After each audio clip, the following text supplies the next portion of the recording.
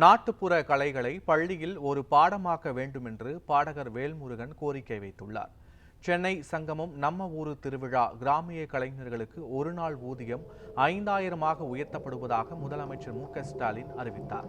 இதையடுத்து சென்னை அமைந்த கரையில் உள்ள மாலில் முதலமைச்சருக்கு நன்றி தெரிவிக்கும் நிகழ்ச்சி நாட்டுப்புற கலைஞர்கள் சார்பில் நடைபெற்றது.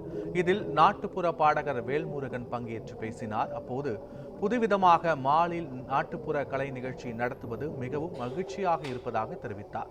நாட்டுப்புற கலைகள் அடுத்த சந்ததியினருக்கும் சென்றடையும் வகையில் பள்ளிகளில் ஒரு பாடமாக இருக்க வேண்டும் என்றும் பாடகர் வேல்முருகன் வலியுறுத்தியுள்ளார். இந்த நேரத்தில் தமிழக முதல்வருக்கு எங்களுடைய கலை சார்பாக குழு சார்பாக அவருக்கு மிகப்பெரிய நன்றியை தெரிவிச்சுக்கிறோம். அதே மாதிரி கலைஞர்களுக்கு அதாவது இந்த கலையை அடுத்த சந்ததியினருக்கு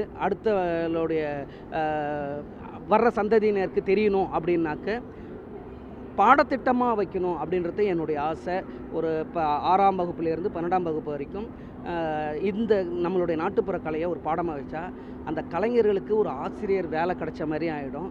அந்த கலை மாணவர்களுக்கு போகும்பொழுது இப்போ ஒவ்வொரு மாவட்டத்திலையும் கிட்டத்தட்ட பல லட்சம் மாணவர்கள் அதை தெரிஞ்சுப்பாங்க.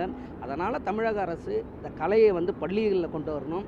அதே நேரத்தில் இந்த கலைஞர்களுக்கு